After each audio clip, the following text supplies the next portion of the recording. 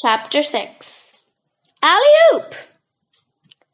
Neither Clapper nor Joey were very smart at getting up in the morning unless some excitement was promised for the coming day, and this crack of dawn threat by Polo worried Clapper considerably. As the boys lay in the comfortable bunks inside the carwet, trying to ignore the strange sounds of the country night, the eerie hooting of an owl made Clapper pull the bedclothes over his head. "It's only an owl," said Joey. "Flippin' country," Clapper's muffled voice came from beneath the bedclothes. "Mom's always talking about having peace and quiet in the country." "Coo! Give me the good old heavy traffic noises any time. I don't want to go for all this squeaking, squawking, hooting, rustling, crackling lark. It ain't natural." He poked his head up suddenly. "Hey, Joey, what makes the dawn crack?" "It doesn't." "Must do, else people wouldn't say it." "It doesn't mean the sound of a crack. I think it means a crack of light. Smitty's told me about dawn breaking. The sky's all dark, but early in the morning if you look towards the east, you'll see a crack of light. That's the first light of dawn." "No noise?" "No noise," Joey assured him. "Except the birds. They usually wake at dawn and sing. I used to hear them when I stayed on the farm in Somerset." "Oh, well, I shan't get frightened out of my sleep by a crack of dawn then," said Clapper. "Good night, Joey." "Night, Clapper." There was a brief silence, then Clapper giggled. "Sons of the East, some fun, eh, Joey?" Some fun," Joey agreed drowsily. "You'll look smashing in a turban. Reckon I'll look like Tarzan in that leopard skin." "Go to sleep, Tarzan." "All right, night." But Joey's steady breathing was Clapper's only answer. The owl hooted again. A long, fluting, plaintive sound, yet ominous in Clapper's ears. Again he dived under the bedclothes and in that position fell asleep. But crack of dawn was a fact when Polo's voice and Terry's jogging hand awoke the boys. A slit of brightness in the eastern sky, an excited chattering of birds, a tinge of crispness in the air, clean and damp with dew, gave both boys their first experience of dawn in the heart of the countryside. Clapper moaned and grumbled, but quickly came awake when Terry hoisted him from his bunk, out through the door and dangled his bare feet into the dew-wet grass. Joey swung his legs over the edge of the bunk before he suffered the same treatment. "Perishing cold out there," Clapper complained as he clambered back into the carwet. He stretched and yawned, then looked surprised. "Hey, it's good, isn't it? I feel good. It's the middle of the night, but I don't feel sleepy anymore." "Course you don't," said Polo. "Finest time of the day, with everything clean and fresh all around you. This is something you'll never notice in a town. It's a new day, and it makes you feel good just to be alive." Joey stretched too. "Yes, there's a difference," he agreed. And it was very different from waking up in the house or flat to the comfortable routine of breakfast. After their morning toilet, the boys helped Polo and Terry stow away the bedclothes and refit the bunks into seats. Then they swept and dusted the carwet, while Terry made the beds in the tent and Polo unpacked the prop box. Joey helped Polo carry some clothes to where Polo had fixed a nylon rope between two trees near the carwet. "There we are," said Polo, surveying the odd assortment of clothes on the line. "That's the costume hung out to air in the sun. Soon be warm when it rises above the hills." He pointed to the rack fitted to the roof of the carwet. "Can you climb up there? It's easy if you use those special steps cut out into the side." Joey climbed up onto the roof. Two long leather cases were strapped to one side of the rack. "Undo the straps," Polo called, "and ease each case over the side. I'll lower it to the ground. Can you manage?" "Yes, easily." "What are they?" Joey freed the straps and lifted one end of the first case. It was quite heavy. "You'll see soon enough," Polo promised. They carried the cases one at a time into the wood, where Joey saw Terry and Clapper using a long tape to measure distances between trees. Joey was still puzzled by all this and couldn't guess either the reason for the measuring or the contents of the heavy cases. He and Clapper had to restrain their questions while Polo checked the measurements. "Should be about right, Terry," Polo decided. "Joey and I will take one end, you two take the other." Each case was opened and a long, highly polished steel mast taken out. Joey supported this while Polo pulled out 3 steel bars clamped to the mast about 4 feet from the ground. Then, with the agility of a monkey, Polo climbed the mast and, holding on with one hand, released the locking device at the top. To Joey's surprise, an extension of the mast sprang out and rose up from inside the lower portion. Polo operated the locking device again and slid to the ground. "Clever, eh?" he beamed. "My own invention." He tapped the mast with a fingernail. It gave off a bell-like sound.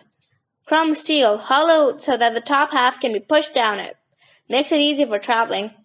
"It sprang out," said Joey. "Has it got some sort of mechanism inside?" "No, only a spring. The top half is pressed in against the spring, then locked by the device halfway up. By unlocking it, the top half slides out and is locked into position." Joey looked across to where Clapper and Terry were working. "Is their mast the same?" "Yes, identical." Joey indicated several holes bored through the mast at regular spaced intervals. "Are those for wires to go through?" he asked. "Sharp," Polo chuckled. "Sharp eyes, sharp mind. Very good. Yes, for wires. One main wire between the masts, then other wires to fix to a support. In a circus, these wires, we call them struts, are fixed to special crossbeams. But we're going to fix them to trees here. Open to the other end of the case and you'll find the wires coiled up inside. I'll shin up the mast and fix them through the proper holes." Joey fetched the wires. They were thin, smooth and supple, more like silk strands than wires. "Specially made wires," Polo explained. "They can't rust, can't get into knots when they're coiled, and are strong enough to hold an elephant." "Can I climb the mast?" "Sure, go ahead. I'll throw the wires up to you when you reach the top." Joey placed a foot on each of the supports as he had seen Polo do. He reached about a couple of feet up but couldn't make any further progress. The steel mast was smooth under his gripping hands, and his feet couldn't find any way of helping him to push upward. Joey began to slide helplessly downward. Polo caught him before he fell. "It's another of your tricks," Joey panted. "The mast is too smooth to climb." "Is it?" said Polo innocently. "Let me try." "Throw up these wires when I call for them." He sprang upward and in moments had climbed the mast right to the top, where he remained, swaying gently and grinning down at Joey. "Easy when you know how. Now throw me the wires." Joey had 2 tries before he succeeded in throwing the coiled wires high enough. Polo fixed one wire to the mast, then threw each end over one of the branches of a tree close to the mast.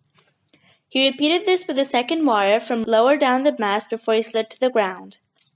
Meanwhile, Terry and Clapper had set up their mast, and Terry was coming towards Joey, trailing a thicker, longer wire, one end of which was fixed halfway up the other mast. Terry shinned up Polo's mast with the same effortless agility Polo had displayed and connected this wire to a central socket on the mast. "Like flippin' monkeys, aren't they?" Clapper observed to Joey. "I saw you trying to climb it, so I kept quiet. Must be a trick to it." "No trick," said Terry, who had overheard this remark. "Just years of practice." From up the tree he had climbed while the boys were talking, Polo called, "Check the tension of the mast when I've fixed the struts, Terry." "Right, say when you're ready." Polo looped the wires around the tree trunk and drew them tight before he clamped the ends with special clips attached to them. "Ready?" he called.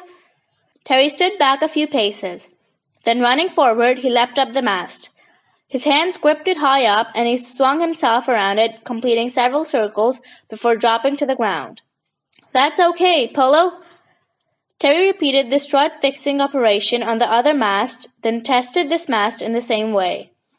Polo climbed down the tree and went to a point midway between the masts, gave a mighty leap, and grasped the thicker wire slung from the mast to mast. He swung back and forth for a few moments, then dropped to the ground. "I give up," Clapper exclaimed. "An oldie like him, yet he's leaping about like a 2-year-old." Polo came towards them, rubbing his hands gleefully. "An oldie, am I? Perhaps you're right. Still, got a few tricks left, though." Joey was surveying the now assembled structure. "It's a tightrope," he declared. "That's what it is. You walk along it, balancing yourself by a pole." "Not a bad guess," Polo chuckled. "Same idea, but we don't use it for walking along." "How about some breakfast? I'm hungry." "Me too," said Terry. "I was hungry half an hour ago, but Polo insisted that we rig up the masts first." "Oh, you don't half make me cross," Clapper grumbled as he followed the others out of the wood. "Why don't you tell us what it's for?" "We will," Terry called over his shoulder. "I'll show you something while Polo's cooking breakfast." "Your turn, laddie. I cooked it yesterday." "But you're a better cook." "You can't make many mistakes in cooking bacon and eggs," Polo retorted. "And how will you become a good cook if you don't practice?"